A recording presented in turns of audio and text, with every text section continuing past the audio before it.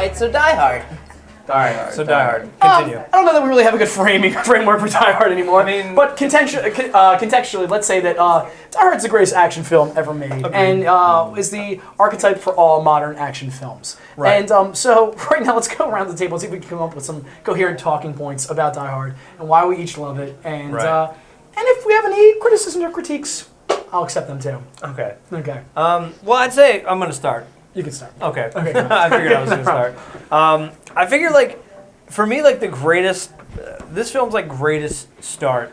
Well, not its greatest start, but it's the greatest like achievement is in like the first 10 minutes in the movie. You understand who John McClane is, what he's about, what he does, and that he doesn't take shit from anybody. Right. And like he's on that plane. And I've been doing it for 11 years. I've been doing it for 11 years. Yeah, he like comes back right at that guy. Like the guy's like, you make balls with your feet, all right? That's what you do. I've been doing it for 9 years, right? And then he's like, Die Hard like comes right back at him. He like looks at, he's like eyes his piece, and he's just like, been doing it for 15 years. Yeah, right? He looks at him and he's like, you fucking dick. He's like, what do I care about my? And later in the movie, he's like, it was a little harsh with that guy. Yeah, exactly. Like he gets to Holly's office and he's like, you know what? I was a little short with that guy. That gentleman. I should have really thought about what he thought. Die Hard. He's a caring man. But right, but like, he's a big heart. Die Hard is a caring man. But that's what I mean. Like in the first 10 minutes, right?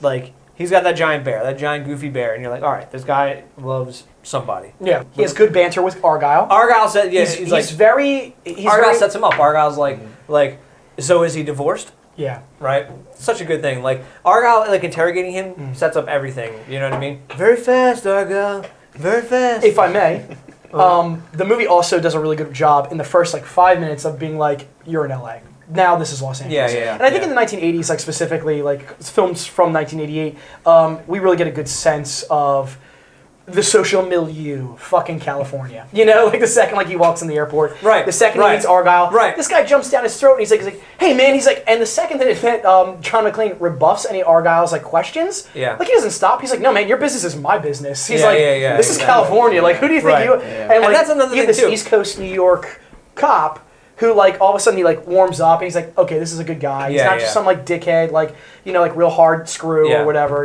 But one thing too, I haven't seen banter like that since Rush Hour. Yeah. That's like Die Hard in Chinatown. There you go. That's exactly it. And executive decision. Exactly. Yes. Die Hard. And also a good intro into the movie, and you may continue with your point, as I've deemed. So, right.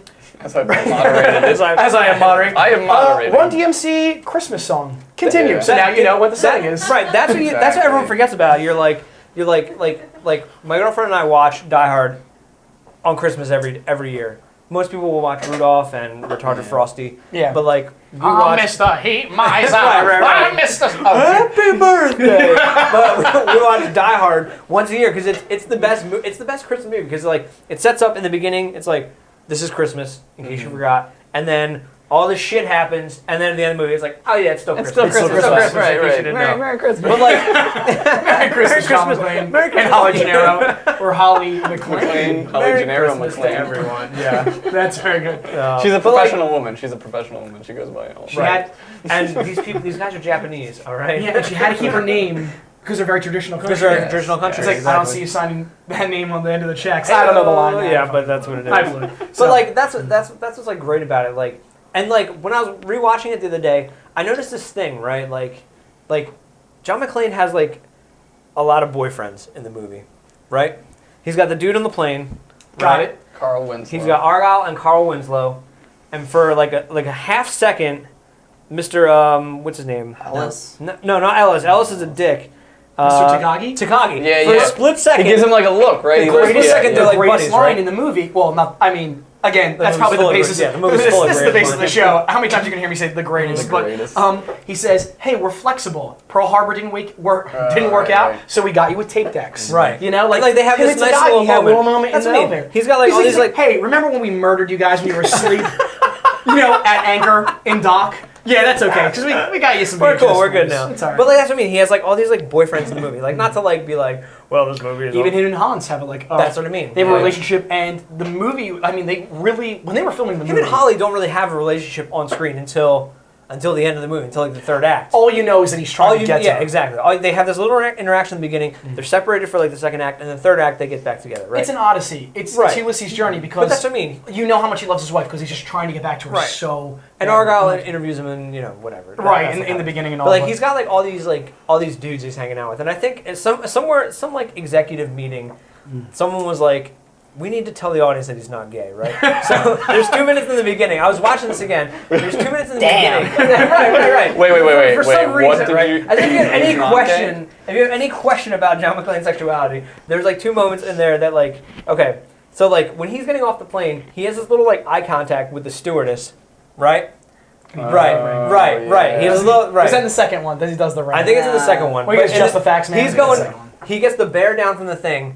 And she's like looking at him, well, and he he's just like, handles it. Right. Like, yeah, this is a bear. I want to get manhandled too. I want to be that I want bear. to be my cub, right? So then when he's like in the terminal, and then he sees that chick in the white pants, and runs, and he's like fucking LA or whatever, right? Yeah. But like that's like another thing where it's like, all right, he's obviously looking at that girl. Yeah.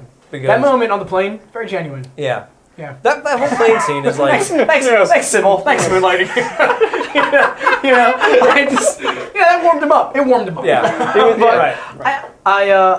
I know that, like you said, like with all the boyfriends, and everything in the executive meeting. But that's I know that, like in the making of the movie, that's probably like an issue that the they, like, writers addressed. and the director and everybody was making the movie because it was Alan Rickman's like first major foray. I don't even know that word. Foray. Thank you.